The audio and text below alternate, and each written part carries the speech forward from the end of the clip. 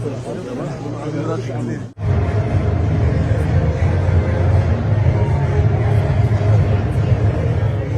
وهران الحمد لله مدينه تستقطب كل التظاهرات، تستقطب كل التظاهرات الثقافيه، تظاهرات المعارض.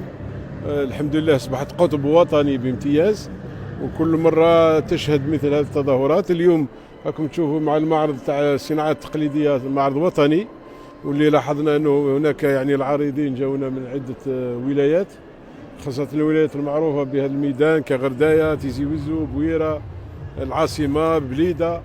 وتشوفوا الحمد لله الخير مازال في هذا الوطن، الانامل مازال تبدع، الانامل مازال تحافظ، لانه الصناعات التقليديه في الواقع هي تراث مادي، تراث يعكس رساله حضاريه لتعود بنا الى ربما قرون من الزمن مضت، والانسان يتوارثها ابا عن جد. والحمد لله راكم تشوفوا النحاس، تشوفوا النقش على الخشب، تشوفوا